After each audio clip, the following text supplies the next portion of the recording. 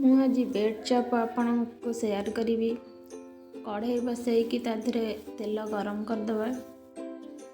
କିଛି ଜିରା ପକାଇଦେବା। ଜିରା ଭଲ ଭାବରେ ଫୁଟିଗଲେ ତା ଦେହରେ କାଟିକି ରଖିଥିବା କଞ୍ଚା ଲଙ୍କା ଦେଇଦେବା। କଞ୍ଚା ଲଙ୍କାର ଫ୍ଲେଭର ବହୁତ ବଢ଼ିଆ ଆସିଥାଏ ବ୍ରେଡ୍ ଚପ୍ରେ। କଞ୍ଚା ଲଙ୍କାକୁ ଟିକେ ଖେଳେଇ ଦେବା। ତା ଦେହରେ କାଟିକି ରଖିଥିବା ପିଆଜ ପକାଇଦେବା।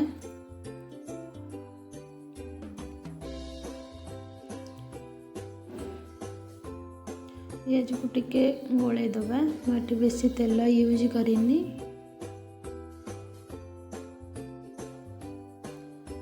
ତାପରେ ତା ଦେହରେ ଗ୍ରୀନ୍ ମଟର ଦେଇଦେବା। ଆପଣଙ୍କ ମନ ପସନ୍ଦର ଦେଇପାରିବେ। ଆପଣ ଶୁଖିଲା ମଟରକୁ ସିଝେଇକି ବି ଦେଇପାରିବେ। ମୋ ପାଖରେ ଗ୍ରୀନ୍ ମଟର ଥିଲା ସେଥିପାଇଁ ମୁଁ ଦେଇଦେଇଛି। ତାପରେ ଆମେ ଟମାଟରକୁ ଦେଇଦେବା। ଭଲ ଭାବରେ ତାକୁ ମିକ୍ସ କରିଦେବା।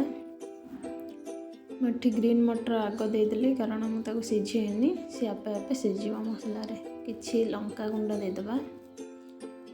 ତାକୁ ଟିକେ ଗୋଳେଇ ଦେବା। ମସଲା କାଳେ ଲାଗିଯିବ। ତା ଦେହରେ ଜିରା ଗୁଣ୍ଡ ଟିକେ ଦେଇଦେବା। ଭଲ ଭାବରେ ମିକ୍ସ କରିଦେବା।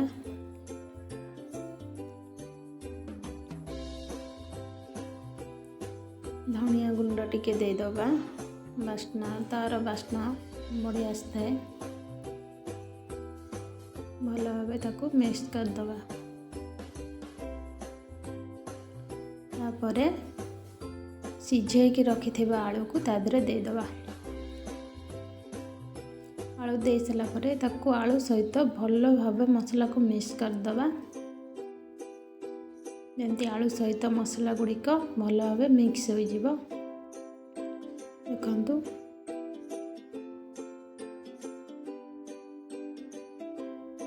ଟିକେ ପାଣି ଦେଇକି ତାକୁ ମିକ୍ସ କରିଦେବା, ନହେଲେ ଲାଗିଯିବ। ଶୁଖିଲା ହେଇଯାଉଛି, ସେଥିପାଇଁ ତାକୁ ଟିକେ ଭଲ ଭାବରେ ମିକ୍ସ କରିଦେବା। ପାଣି ଦେଲେ ସେ ବହୁତ ଭଲ ଭାବରେ ମିକ୍ସ ହେଇଯାଏ। ମିକ୍ସ ହେଇଗଲାଣି।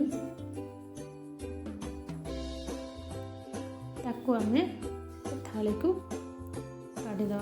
ଦେଖନ୍ତୁ ଆମର ଆଳୁ ରେଡ଼ି ହେଇଗଲାଣି ବ୍ରେଡ୍ ଚପ୍ ପାଇଁ। ତାପରେ ବ୍ରେଡ୍ ଏହିପରି ନେଇପାରିବେ। ଆଠାରୁ ଛୋଟ ଅଛି, ବଡ଼ ଅଛି, କିନ୍ତୁ ମୁଁ ବଡ଼ ସାଇଜ୍ ଟିକେ ଆଣିଛି। ମସଲାରେ ଟିକେ ଧନିଆ ପକାଇଦେବା। ତାର ଫ୍ଲେଭରଟା ବହୁତ ବଢ଼ିଆ ଆସିଥାଏ। ତାକୁ ଟିକେ ମିକ୍ସ କରିଦେବା। ଗୋଟେ ବ୍ରେଡ୍ ନେବା।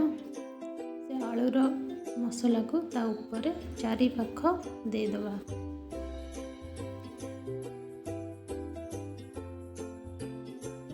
ଭଲ ଭାବରେ ଆଳୁକୁ ଦେଇଦେବା।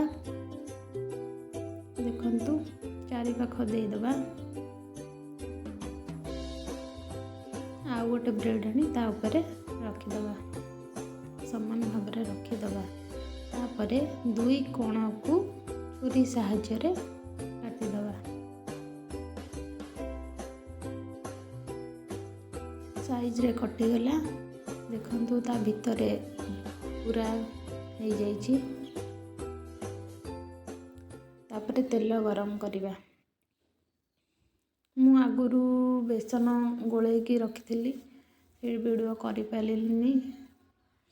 ସେ ବେସନ ଗୋଳାରେ ଏ ବ୍ରେଡ୍କୁ ପକାଇକି ଛାଣିଦେବା।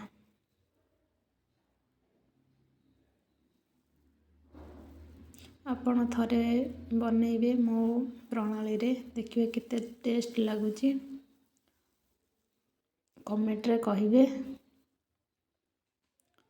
ଘରେ ଏହି ପ୍ରକାର ବ୍ରେଡ୍ ବି କରିପାରିବେ। ମୋତେ ବ୍ରେଡ୍ ଚପ୍ ବହୁତ ଭଲ ଲାଗେ। ଆପଣଙ୍କୁ ବି ଏହି ପ୍ରକାର ବ୍ରେଡ୍ ଚପ୍ ବହୁତ ଭଲ ଲାଗିବ। ମୁଁ ଗୋଟେ ଆପଣଙ୍କୁ ଦେଖେଇଦେଲି। ତାପରେ ଏହି ପ୍ରକାର ଛାଣିଦେବେ। ଗୋଟେ ଯେମିତି ଛାଣିଲି ସେହି ପ୍ରକାର ସବୁ ଗୁଡ଼ିକ ଛାଣିଦେବେ।